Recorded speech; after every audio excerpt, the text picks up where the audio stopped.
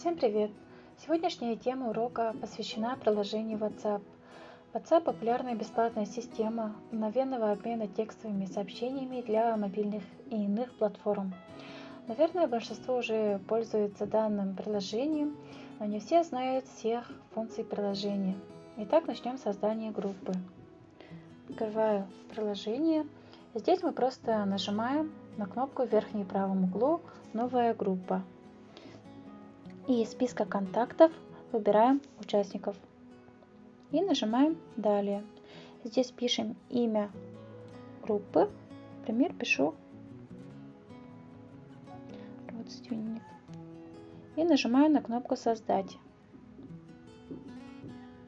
И внутри данных группы можете добавить описание группы, добавить участников и отправить приглашение в группу.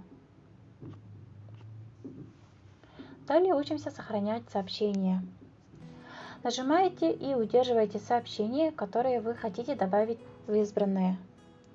Давайте попробуем, как это сделать. Нажимаем и удерживаем, и из списка выбираем в избранное. Если все правильно сделать, то внизу появляется иконка звездочки. И где нам дальше посмотреть сохраненное объявление? Мы заходим в настройки и из списка выбираем избранные сообщения. Вот появилось наше сохраненное сообщение.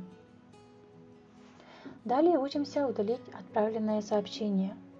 Наверное, все уже сталкивались с данной проблемой. Здесь все очень просто. Например, здесь пишу слово «Привет» и хочу удалить данное сообщение. Тоже нажимаю и удерживаю, и из списка выбираю «Удалить». Удаляю. И WhatsApp предлагает нам два варианта удаления. Удалить у всех и удалить у меня. Я, например, выбираю «Удалить у всех». Сообщение удалено. Далее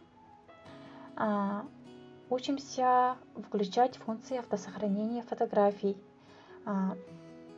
Мы заходим в настройки, нажимаем на чаты и здесь отключаем функцию фотопленку, то есть автоматически сохранять полученные фото и видео в фотопленку.